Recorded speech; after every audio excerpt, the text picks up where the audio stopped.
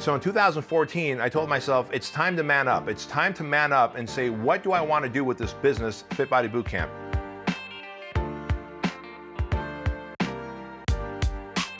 In 2014, I realized, because 2014, I was having literally a major anxiety attack once a week. And if it wasn't an anxiety attack, it was an essential tremor where my body would freeze up and I would just start shaking, and my wife would, what's going on with you? And I couldn't talk, and I would shake, and my teeth would chatter for 2 to 3 minutes at a time.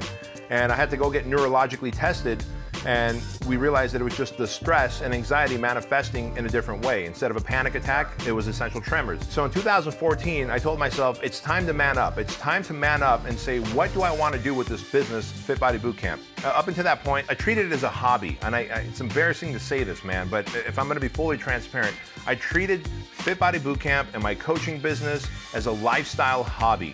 If I made enough money to travel and have a little bit of freedom and buy the sports car that I want, I'm good. And I knew there was something missing, but I kept burying my head into it. What was missing is I knew I had greater potential and I had a bigger purpose on this planet to touch more lives, but I was being lazy, unstructured, and poorly disciplined. And that was giving me anxiety attacks and essential tremors. In the end of 2014, I said, it's time to man up. And I said, I need 2,500 Fit Body Bootcamp locations. I want to have thousands of coaching clients. I want to help 100 million people worldwide. That's my personal goal. And it's no different than Gary Vaynerchuk saying, I want to buy the New York Jets. Like, that's a definitive goal.